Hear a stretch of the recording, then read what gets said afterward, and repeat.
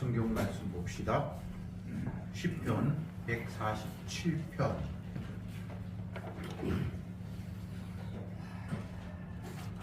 1절부터 11절까지 교독하겠습니다. 147편 1절에 할렐루야 우리 하나님께 찬양함이 선함이요 찬송함이 아름답고 마땅하도다. 여호와께서 예루살렘을 세우시며 이스라엘이 흩어진 자를 모으시며 상심한 자를 고치시며 저희 상처를 싸매시는도다. 저가 별의 수를 계수하시고 저희를 다 이름대로 부르시는도다. 우리 주는 광대하시며 능력이 많으시며 그 지혜가 무궁하시도다. 여호와께서 겸손한 자는 붙드시고 악인은 땅에 엎드려 들으시는도다. 감사함으로 여호와께 노래하며 수금으로 여호와께 찬양할지어다. 저가 구름으로 하늘을 덮으시며 땅을 위하여 비를 예비하시며 산에 풀이 자라게 하시며 들짐승과 우는 까마귀 새끼에게 먹을 것을 주시는도다. 여호와는 머리의 힘을 즐거워하게 하시며 사람의 다리도 기뻐하게 하시고 자기를 경외하는 자와 그 인자하심을 바라는 자들을 기뻐하시는 도다. 아멘. 아멘.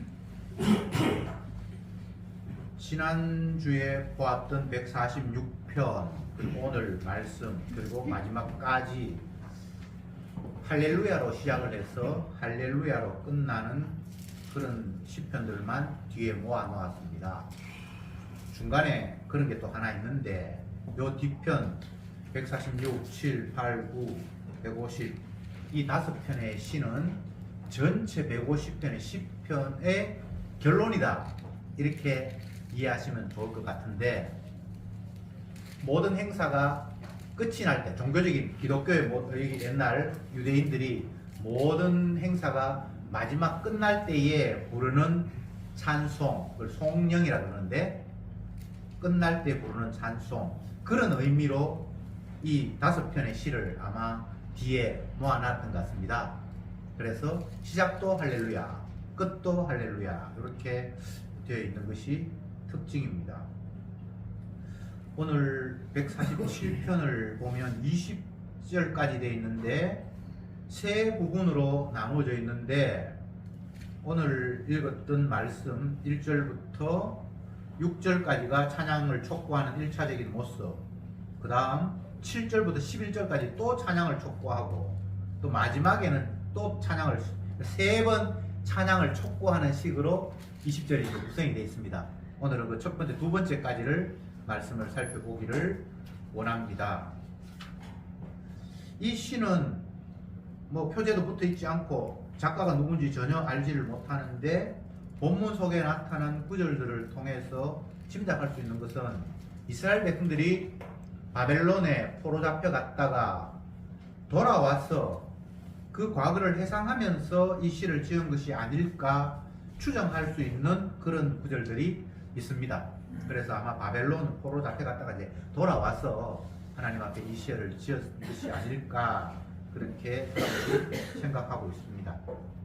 1절에 할렐루야 우리 하나님께 찬양함이 선함이요 찬송함이 아름답고 마땅하도다. 1차 찬양 촉구에서 시작하는 것이 하나님을 찬송하는 게 마땅하다는 거예요. 마땅하다. 해도 되고 안 해도 되고 뭐 이런 선택적인 것이 아니라 당연함. 왜? 그분은 선하신 분이고 아름다운 분이다. 왜 이런 이야기를 했을까를 이제 2절에서 밝히고 있는데 여호와께서 예루살렘을 세우시며 이스라엘의 흩은 자를 모으시며 이렇게 되어 있습니다. 예루살렘을 이제 다시 세우고 흩어진 이스라엘을 모은다. 이런 표현들이 아마 바벨론 포로 잡혀갔다가 다시 오게 하는 상황을 묘사한 것으로 추정합니다. 예루살렘을 세우시고 흩어진 이스라엘 백성들을 다시 이스라엘을 모으시고 그러니까 이 하나님이 얼마나 놀랍고 감사해서 당연히 그 하나님을 찬송하는 게 합당하지 아니한가라고 시인이 노래하고 있습니다. 이스라엘 백성들을 바벨론 포로에서 돌아오게 하신 것 이것은 이스라엘 백성들이 뭐 회개하거나 반성했기 때문에 다시 자기 나라로 돌아온 것은 아니고요. 하나님이 떠나기 전에 그들을 70년 동안 포로 생활하겠다라고 이미 선지자를 통해서 예언한 내용입니다. 그래서 때가 되어서 그냥 돌아온 거예요. 다시 말씀드리지만 하나님이 하시는 일은 우리 형편 봐서 편리하게 하기 위해서 한다든지 그런 거 없습니다. 철저히 자기 목적이에요. 그래서 그들이 포로 잡혀가고 돌아오고 그거 그들의 행위하고 상관이 있는 게 아닙니다. 여러분과 저와 개인적인 어떤 상황을 견준다면 우리 집에 이런 일이 있고 저런 일이 있고 그거 우리 위해서 일어나는 거 아닙니다. 좋은 것도 나 위해서 일어난 게 아니고 안 좋은 것도 나 위해서 일어난 게 아니에요. 하나님이 자기 하시는 일을 위해서 우리를 그 환경 속으로 몰아가시는 겁니다. 이걸 깨달으면 실망할 일도 없고 교만해서 잘난 척하면서 목에 힘줄 일도 없어요. 그냥 하나님이 하시는 일을 위해서 때로는 이렇게도 하셨고 저렇게도 하실 뿐입니다. 이 사람 만나고 저 사람 만나고 헤어지고 이 모든 것들이 나의 일이 아니에요. 인간들은 선악과를 따먹어서 자기가 주인공인 것처럼 생각하는데 세상에 저와 여러분이 주인공 아닙니다. 우리는 수많은 피조물 가운데 한 티끌 같은 존재예요. 하나님이 하시는 일 중에 우리가 그냥 있을 뿐입니다. 제발 비중을 많이 두지 마세요. 나 아무것도 아니에요.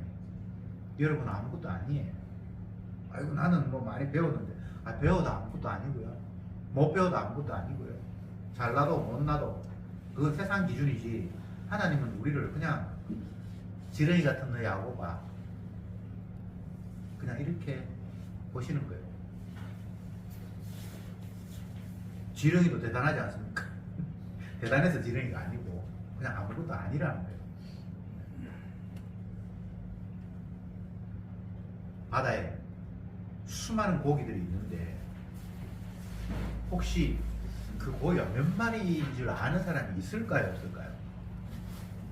이 세상의 인구가 지금 뭐 80억이 되니 안 되니 그러는데 사람 수는 헤아래. 고기 몇 마리인지 누가 헤아낸 사람 있습니까? 그런 짓 안 하죠. 왜? 별로 의미가 없기 때문에. 주님이 우리를 별로 의미 없이 봅니다. 내 혼자만 지금 착각하고 있어요. 내가 대단한 의미가 있는 것처럼. 아이고 얼굴에 기미가 끼있네. 자기 혼자 신경 쓰는 거예요. 주님은 그런 관심 없습니다. 우리도 좀 내한테 관심 조금 덜 두면 안 될까요?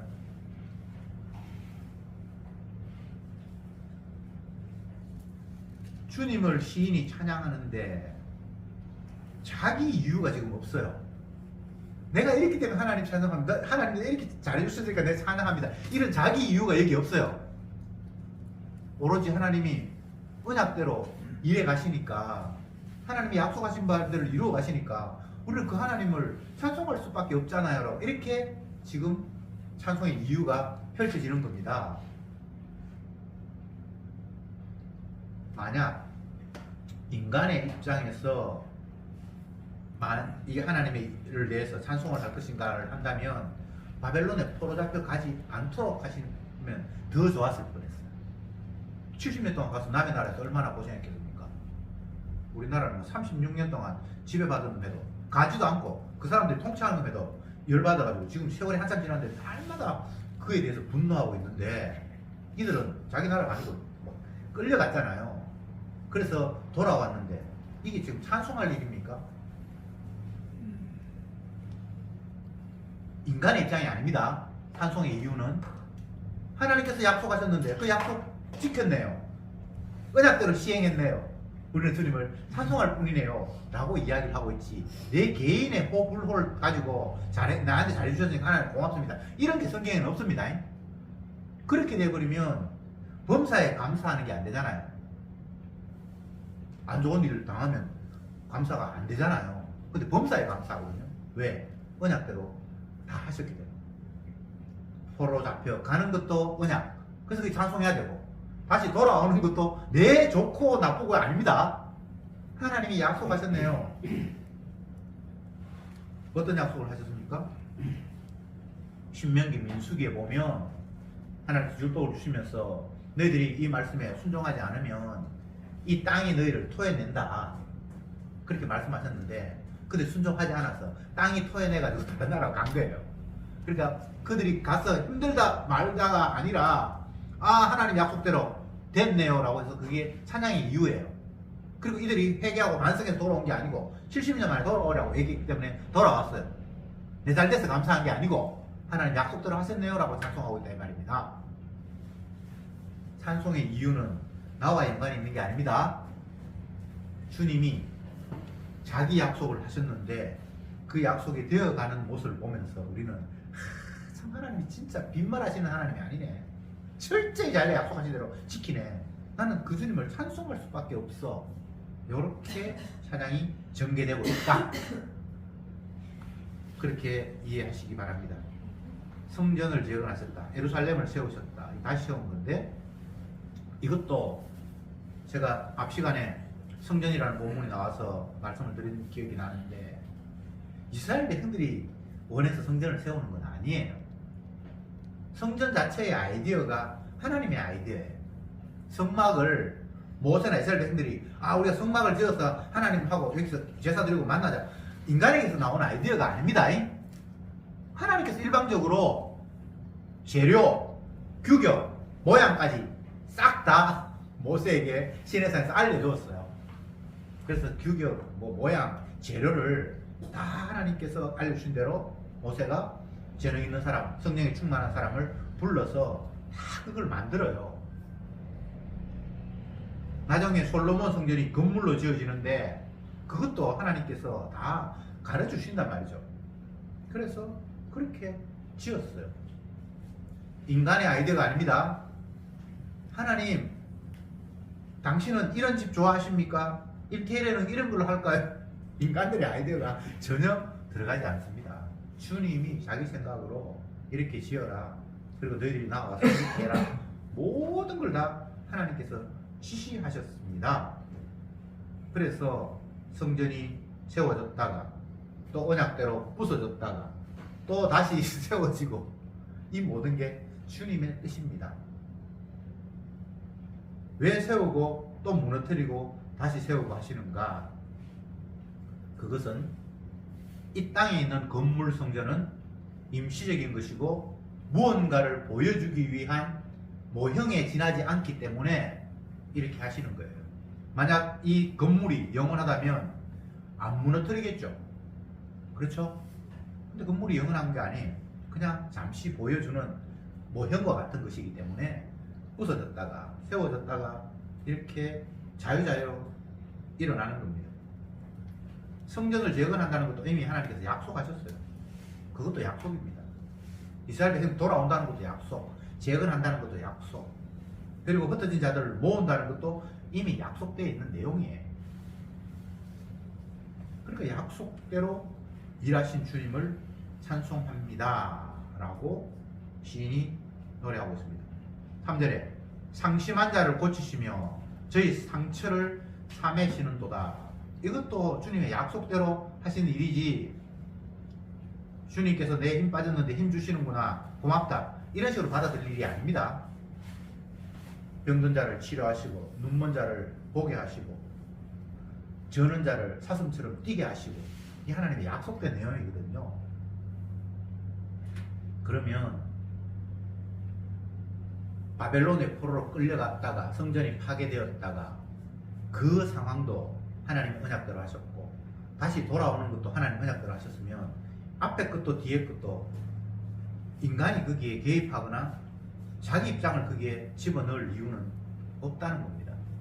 물론 굳이 따지자면 죄를 지었기 때문이라는 것은 맞아요. 모두가 다 죄 때문에, 인간의 죄 때문에 이 땅에는 고통과 아픔이 왔으니까요. 그러나 그 외에 다른 것을 자꾸 거기에 집어넣으면 안 돼요. 여러분이 이 땅에서 당하는 환난, 어려움, 고통, 눈물, 슬픔 다 죄 때문입니다. 그걸 더 깊이 있게 이야기하면 주님의 의를 보여주기 위함입니다. 우리가 죄인 되는 이유가 주님의 용서의 위력을 보여주기 위해서 우리를 죄인 만드셨거든요. 그냥 죄인이 되면 의미가 없어요. 이렇게 완악한 죄인을 용납하셨다라는 그 사랑의 크기를 보여주기 위해서 우리를 죄인으로 만드셨기 때문에 궁극적으로 주님의 그 사랑을 보여주는 것이 최종 목적이지만 그걸 보여주기 위해서 우리를 죄인으로 만드셔서 살게 하시는 거예요. 이게 이제 짝이 맞아야 복음이 되는 겁니다. 여러분들이 스스로를 바라보면서 대견해했다가 또 어떨 때는 실망을 했다가 이렇게 업다운 뭐 좋았다가 나빴다가 뭐 좋을 적마자처럼 왔다 갔다 하는데 그렇게 되면 안 되고요. 그 언약을 생각을 하면 이것도 언약대로 됐고 저것도 언약대로 됐고 그러면 우리의 마음이 요동할 일이 별로 없어요. 어떤 사건이 터져도 그것 때문에 호들갑 떨 일도 없고 아이고 웬 떡이고 이런 일이 그게 더 호들갑을 떨 일이 없어요. 하나님이 왜 이런 일을 펼치셨을까? 하나님께서 하시는 일이겠지. 주님의 영광을 위해서 이런 일을 펼치시는구나. 그렇게 마음이 들면 늘 평안하게 감사할 수 있어요. 범사에 감사하라.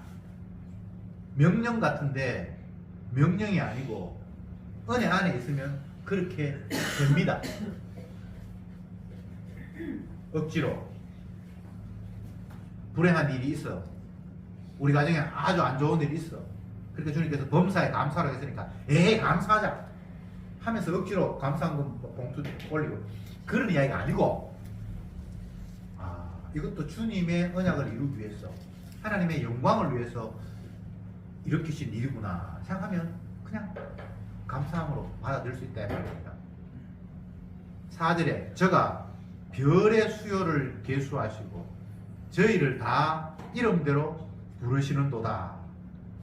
굉장히 독특한 표현인데 이 시인은 하나님께서 별의 수요를 계수한다. 어떻게 이런 아이디어가 생겼을까? 그것 정도가 아니라 그 이름 하나하나가 다 이름이 있는데 그걸 다 부르신다라고까지 이야기를 했습니다. 이건 지으신 분이니까 충분히 가능한 일이에요. 인간들도 큰 별, 특별한 별들은 이름을 붙였죠. 북극성, 뭐 하면서 저는 이름을 잘 모르겠습니다만 이름 붙이잖아요. 근데 그게 이름은 몇 개 없잖아요. 고기가 이름이 다 있는 건 아니에요.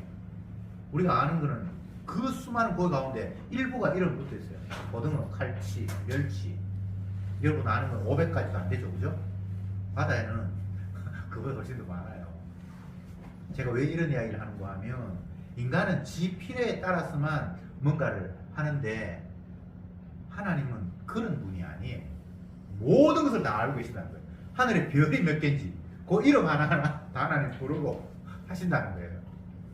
이 말은 신약 성경에 보면 참새 한 마리가 시장에서 한 아사리온에 팔리는 것도 하나님의 허락이 없으면 안 된다라는 그런 측면의 이야기예요.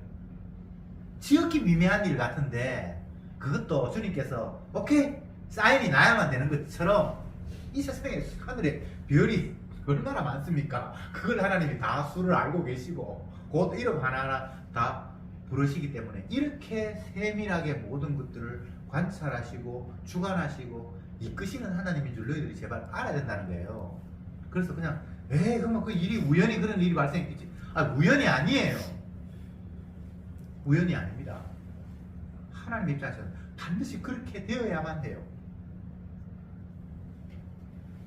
흔히 사람들이 하는 이야기가 내가 몇십 년을 살았는데 옛날 30년 전에 내가 그거는 지금 생각해도 후회가 된다. 그때 그렇게 안 했으면 내가 인생이 나아졌을 텐데. 이렇게 과거에 자기의 큰 실수들을 그것 때문에 당했던 어려움들을 기억하면서 인생에 그것만 지웠으면 좋겠다 이런 이야기 하잖아요. 그런 시금방진 소리 하면 안 돼요. 그거 반드시 필요한 거예요. 꼭 있어야만 했어요. 내 입장에서 아니고 주님의 관점에서. 그래서 우리는 지난 날들을 후회하거나 그렇게 할 필요 없어요. 필요했던 거예요. 반드시. 드라마를 보면 시간 여행을 떠나서 과거의 어떤 시점을 안 좋은 것들을 새롭게 설계하고 다른 길을 선택하는 걸 많이 이야기하잖아요. 왜 그런 아이디어를 끄집어냈을까요? 그거 지우고 싶으니까. 그렇게 안 했으면 내가 인생이 훨씬 더 탄탄대로를 걸을 것이다라는 그런 생각을 하고 있으니까 그런 아이디어가 나오는 거잖아요. 여러분, 주님의 관점에서는 그게 말이 안 되는 겁니다. 반드시 그러해야만 했습니다. 그러니까 지난날도 그냥 우리는 감사할 뿐이에요. 찬양할 뿐이에요. 받아들일 뿐이에요. 부모 입장에서 자녀가 말 안 듣고 속 썩이면 아이고 왜 이런 게 태어났노? 그런 농담은 아니고 그런 말들을 부모들이 하는데 주님께서 보내주셔서 태어난 겁니다. 그리고 왜 내가 원하는 대로 자녀가 돼야 되는데 그런 시금방진 교만이 어디 있습니까? 그러니까 주님이 하시는 일이 있어요. 그냥 다만 우리는 주님의 말씀과 교훈으로 바르게 서기를 그냥 이야기할 뿐이지 안 돼도 어쩔 수 없고 돼도 어쩔 수 없고 그건 내 이야기가 아니에요. 내 일이 아니에요. 내가 낳은 생명이 아니에요. 주께서 나를 통해서 보내주신 생명일 뿐이에요. 이 땅에 그 무엇도 내 소유는 없습니다. 내가 나의 소유가 아닌데 내 자녀가 나의 소유라는 것 그거 말도 안 되는 것이고 내가 나의 소유가 아닌데 주님께서 내게 주신 것들 뭐 집이든 건물이든 시간이든 뭐 건강이든 그게 내 게 아니에요. 이게 정리가 안 되니까 인생이 힘든 거예요. 내 것도 아닌데 자꾸 내 거라고 생각하니까 아깝다 그러고 억울하다 그러고 뭐가 억울합니까? 내 것도 아닌데. 여러분 지금 뭐 미국이 아랍의 어떤 뭐 단체에 의해서 자기 군인 3명을 죽였다고 막 헌문을 해가지고 뭐 미사일 쏘고 지금 난리가 났다 그러는데 여러분하고 아무 상관이 없잖아요. 그렇잖아요. 뭐 미사일이 던든지 뭐든지 뭐 이라크에서 몇 명이 죽고 이란에 뭐 이런 것처럼 내 문제를 그렇게 바라볼 수 있어야 돼요. 나한테 일어나는 일들을 이건 내 일이 아니야. 주님이 하시는 일이야. 그렇게 볼 때에 주님 앞에 감사할 수 있습니다. 왜? 주님은 자기 영광을 위해서 모든 일을 하고 계시기 때문에 자기 영광을 위해서 이스라엘 백성만 주님의 영광을 위해서 있는 게 아니라 이 땅의 모든 피조물들이 주님의 주되심을 찬양하도록 주님이 지어 놓으셨거든요. 그래서 우리는 이 세상에 펼쳐진 모든 일을 통해서 주님 앞에 감사할 뿐입니다. 어느 정도로 세밀한가를 말씀하기 위해서 하늘의 별을 세시고 이름도 부르신다라고 이야기를 했고요. 5절에 우리 주는 광대하시며 능력이 많으시며 그 지혜가 무궁하시도다. 우리의 짧은 생각으로는 그 일 안 했으면 좋겠다고 생각하는데 주님은 우리보다 생각이 넓고 광대하고 더 세밀하신 분이기 때문에 쓸데없는 엉터리 잣대를 가지고 주님 평가하지 말자는 거죠. 별도 못하고 이름은 뭐 더더욱 모르는 우리가 그런까지 다 하시는 하나님이 빔이 알아서 일을 지금 처리하겠냐 이 말입니다. 그러니까 하나님 앞에 제발 잘난 체 하지 말고 아는 체 하지 말고 금방 떨지 말자는 거예요. 그냥 모르면 모릅니다. 주님이 다 알아서 하시잖아요. 하면서 그냥 박수 치면 되는 게 성도예요. 얼마나 잘하고 싶습니까? 나는 모르는데 반드시 알아야 되겠다. 몰라도 돼요. 다 아시는 분이 이끌어 가시니까. 양이 억지로 눈이 밝아서 꼴을 뭐 풀이 어디 있는가를 보고 물이 어디 있는가를 판단하고 해야 될 이유가 없어요. 그렇게 필요하다면 하나님께서 양의 눈을 밝히셨겠죠. 근데 주님이 양의 눈을 밝힌다는 말이 성경에는 없어요.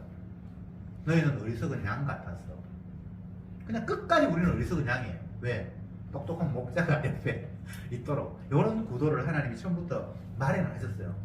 이걸 좀 인정하시기 바랍니다. 왜 자꾸 다 알려고 하고 똑똑해지려고 하고 그렇게 막 자꾸 내 스스로의 판단을 가지고 바른 길을 가겠다라는 그런 교만한 생각 왜 가집니까? 주님 나 어리석어요. 아무것도 난 못 봐요. 난 소경이에요. 그럼 그게 불안인가? 아니지. 목자가 계시잖아요. 그러니까 더더욱 목자를 의지할 수밖에 없는 이런 환경으로 절박하게 만들어 놓으셨잖아요. 성도는 어려움이 닥치면 닥칠수록 불가능이 느껴지면 느껴질수록 더 간절히 주님을 붙들 수밖에 없는 그런 환경입니다. 그런데 성도 아닌 사람들은 더 엉뚱한 길로 다른 방법으로 문제를 해결하려고 점점 더 멀어져 가죠.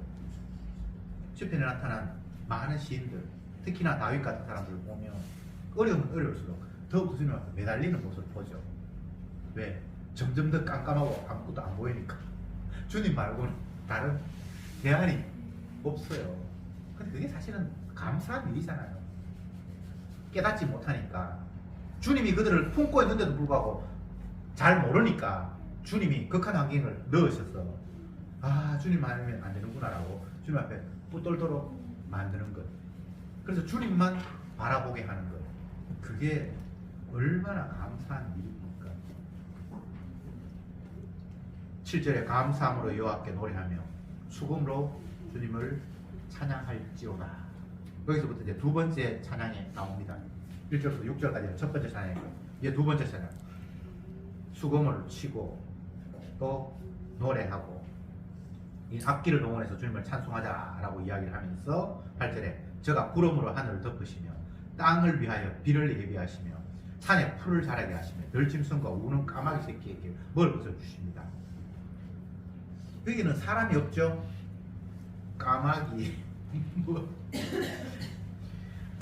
들짐승, 풀 이런 거 하나하나까지 하나님께서 다 먹이시고 입히신다. 얼마나 세밀한 분입니까? 그러니까 하나님께 찬양할 것 말고는 우리가 할 일이 없다. 아이고 비가 왜 이렇게 추적 겨울에 많이 내리노? 이렇게 원망하는 이유는 내 입장에서는 지금 비가 안 왔으면 좋겠다라는 생각이잖아요. 근데 주님은 우리보다 훨씬 더 세밀해요. 그 비가 필요하기 때문에. 까마귀. 울산에는 까마귀가 굉장히 많은데 뭐 울산 시장을 비롯해서 그 누구도 까마귀 먹을 거 걱정한 사람이 없어요. 여러분 혹시 걱정해 본 적 있습니까? 그게 주님은 필요하셔서 두셨고요. 그걸 주님이 살리시거든요. 최근에 뭐 어떤 신문을 보니까 독수리가 울산에 왔다 그러는데 먹이 준다 그러는데 미친 짓이에요. 아니 독수리만 왜 먹이 줍니까? 다른 것도 좀 신경 쓰지. 그런 헛짓하는 것들이 하나님을 몰라서 그런 거예요. 공기를 뭐 정화하고 공기를 어떻게 정화를 해요?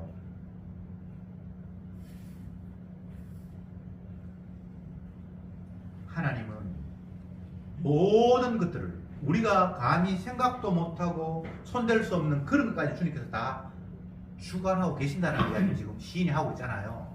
그러니까 하나님을 제발 너희들 수준에서 이렇쿵 저렇쿵 하지 마라. 너무나 위대한 분이다라는 걸 이렇게 지금 표현하고 있는 거예요. 이런 생각 우리 한 번씩 하죠? 안 합니까? 이야 진짜 대단하시다. 우리는 감히 상상도 못했는데 자연 만물을 바라보면서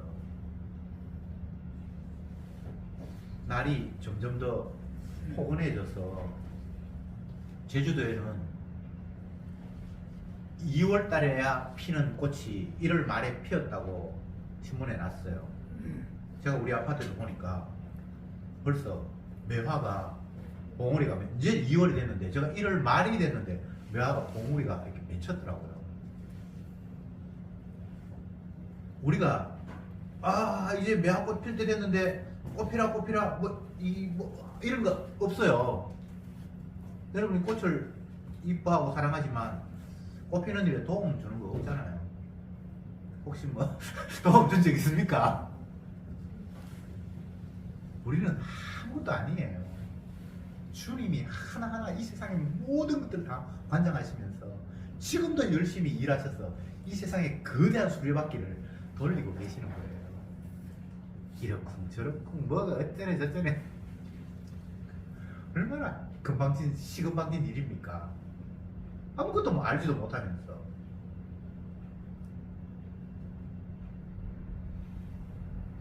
(10절에) 여호와는 말의 힘을 즐거워 아니하시며 사람의 다리도 기뻐 아니하시고 자기를 경외하는 자와 그 인자하심을 바라는 자를 기뻐하시는구나.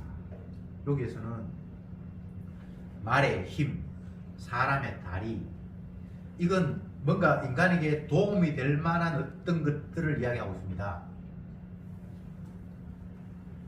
옛날에 자동차가 없었을 때는 사람들이 말을 이용하고 했잖아요. 이 시대에는 말이 굉장한 힘이거든요. 마병, 그냥 창을 든 병사보다는 마병이 더 훨씬 더 강하잖아요. 그리고 말이 끓는 수레, 이런 것들은 굉장한 힘이거든요. 이스라엘에는 말이 없어서 애굽에서 수입했다라고 솔로몬 시대에 그렇게 성경에 나와 있어요. 말은 왜 돈을 주고 삽니까? 엄청난 국방력이에요. 근데 여기서 말의 힘을 즐거워 아니하시며 사람의 다리도 기뻐하지 않는다. 사람의 다리, 이것도 열심히 싸돌아다니면서 뭔가 하는 거, 열심히 일하는 거, 부지런히 뜨는 거, 사람들은 그게 소중하잖아요. 하나님은 그런 거 기뻐하지 않는다는 거예요. 네가 설쳐서 뭐 이루고 세상에 뭐 힘이 될 만한 걸 의지하고, 하나님은 그런 걸 기뻐하는 게 아니라 자기를 기용해 요 하나님을 두려워함으로 섬기는 자, 그를 진짜 기뻐하신다. 네가 열심히 일해서 설치지 말고 모든 것들을 주관하시고 인도하시고 약속들을 이끌어 가시는 하나님 바라보면서 의지해라. 그게 하나님이 진짜 기뻐하시는 일이다 라고 이야기를 하고 있습니다. 첫 번째 찬양을 촉구하고 두 번째 찬양을 촉구하고, 뭐 비슷한 이야기입니다만, 인간은 똑똑하고 대단한 것 같아도 하나님이 일하심 앞에는 정말 아무것도 아니야. 네가 생각지도 못하는 거 하나님께서 탁 계획해서 움직이잖아. 그러니까 너희들은 하나님 앞에 지혜도 능력도 택도 없으니까 자꾸 네 생각을 고집하면서 이러쿵저러쿵 하지 말고 그냥 감사하고 주님 하신 일에만 복종하면 따라가야 돼. 이게 성도가 살아가야 할 이유야. 하나님이 너를 만드신 이유야. 그래서 성도는 찬양 외에는 하나님 앞에 할 게 없어. 지금 시인이 그런 쪽으로 몰아가고 있습니다. 찬송해라, 의무다, 그런 게 아니라 그냥 찬양 말고는 우리가 할 게 없다는 거예요.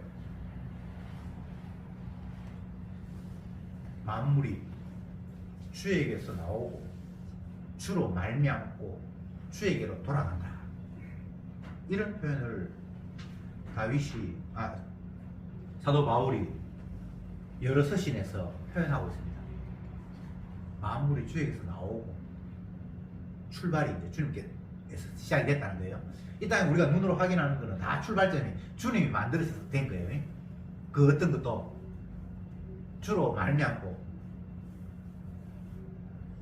주에게서 나왔는데 주로 말미암고라는 것은 이제 과정이잖아, 그죠?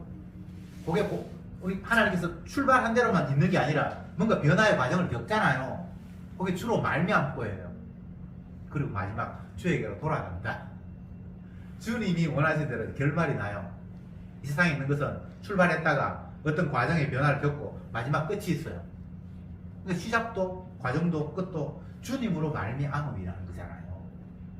그러면 주님 때문에 안 된 것은 단 1초도 한순간도 없는 거예요. 주님이 개입하지 않았는데 어떤 일이 벌어지는 건 아무것도 없는 거예요. 그러니까 주님 보면서 찬송할 것 말고는 없다는 거잖아요. 주님이 좋으시는 분도 아니고 주무시는 분도 아니고, 성경에 그런 표현도 있어요. 나는 졸지도 아니하며 주무시도 아니하며. 그 말은 어떤 의미입니까? 인간은 어디에 집중한다 할지라도 잠시 다른 일이 생기면 집중 못할 때가 있잖아요. 근데 하나님은 그런 분이 아니라는 거예요. 불꽃 같은 눈으로 모든 것들을 바라보신다, 이런 표현도 있고, 졸지도 아니하시고 주무시지도 아니하신다, 그런 표현도 있고, 하나님은 너무나 정확하게 모든 것들을 다 주관하셔서 시작, 과정, 결말까지도 다 그분이 원하시는 대로 이끌어 가시는데 빈틈이 없다는 거잖아요. 그게 여호와 하나님의 능력이고, 그래서 그 능력을 찬송할 수밖에 없다라고 시인이 이야기하고 있습니다. 인간이 찬양받고 위대하다고 칭송을 듣는데 그 인간이 하는 일은 결코 위대한 일이 아니에요. 근데 잠시 사람들에게 환영받을 어떤 일들이 일어나는 것 같이 보이다가 그것도 잠시예요. 이 세상에 권력을 갖는 것도 잠시고, 뭐 물질을 갖는 것도 잠시고, 사람들에게 유익을 주는 것도 잠시예요. 그러나 그게 유익한 것도 아니에요. 따지고 보면. 그러니까 사람들은 쓸데없는 것을 자꾸 찬양하고 있어요. 대단하다고, 훌륭하다고. 그래서 사람이 사람을 섬겨요. 위대하게 막 포장을 하고. 요즘 이제 정치철이, 선거철이 다 돼가는지 길거리에 막 현수막도 벗고 막 그렇게 돼 있더라고요. 괜찮은 사람, 사람들에게 존경받을 만한 사람을 막 뽑아서 그 사람 옹립하기도 하고. 그러면 사람들이 이 사람은 이런 대단한 사람, 이렇게 대단한 일을 했네. 그러면 그 사람에게 마음을 쏟고. 이게 여호와를 경외하지 못하는 인간의 완악한 모습이잖아요. 말의 힘을 의지하지 마라. 사람의 다리를 의지하지 마라. 여호와 하나님을 경외해라. 앞절에서는, 지난번에서는 도울 힘이 없는 인생을 의지하지 말라고 앞장에 나왔잖아요. 146편에. 그러니까 사람의 다리, 말의 힘, 이런 것들은 이 땅에 있는 인간들이 의지할 만한 것이잖아요. 근데 보이지 않는 하나님을 경외한다는 것은 이게 믿음의 선물로 오지 않으면 결코 성립될 수 없는 개념입니다. 보이면 의지하겠는데, 보이면 찬양하겠는데 하나님 보이지 않는 거예요. 그런데 보이지 않는 하나님은 자기 약속으로 자기의 살아계심을 우리에게 날마다 확인시켜 주십니다. 그분이 말씀하신 것으로 그것을 이룸으로 말미암아 자기가 살아있다는 걸 보여주시는 거예요. 그래서 성도는 날마다 말씀을 의지할 수밖에 없어요. 주의 말씀은 살았고 운동력이 있어. 이게 어떤 의미입니까? 하나님이 살아계신다는 거예요. 예수님이 살아계신다는 거예요. 말씀이 어떻게 살아있냐고요. 말씀 대신 예수님, 말씀과 예수님을 동격화시켰으니까. 말씀이 육신이 되어 이 땅에 가셨다. 요한복음 그렇게 되어 있잖아요. 그래서 하나님의 말씀이 살았고라는 말은 예수님이 살아서 그 말씀을 지금도 그대로 실행하고 있음을 너희들이 깨달아야 된다는 겁니다. 그리고 우리가 붙들 것은 자꾸 꿈꾸면서 예수님이 이렇게 생겼더라, 주님 얼굴 좀 보여주세요, 그런 쓸데없는 생각하지 말고 말씀 통해서 역사하시는 그 말씀 보면 돼요. 이게 예수님이에요. 말씀대로 되어가시니까 주님이 지금도 살아계셔서 그 일을 적극적으로 이루시기 때문에 그 일이 성사된 거예요. 그냥 애 안 써 그냥 자연스럽게 된다 그렇게 생각하지 마세요. 여호와의 열심히 일을 이루리라.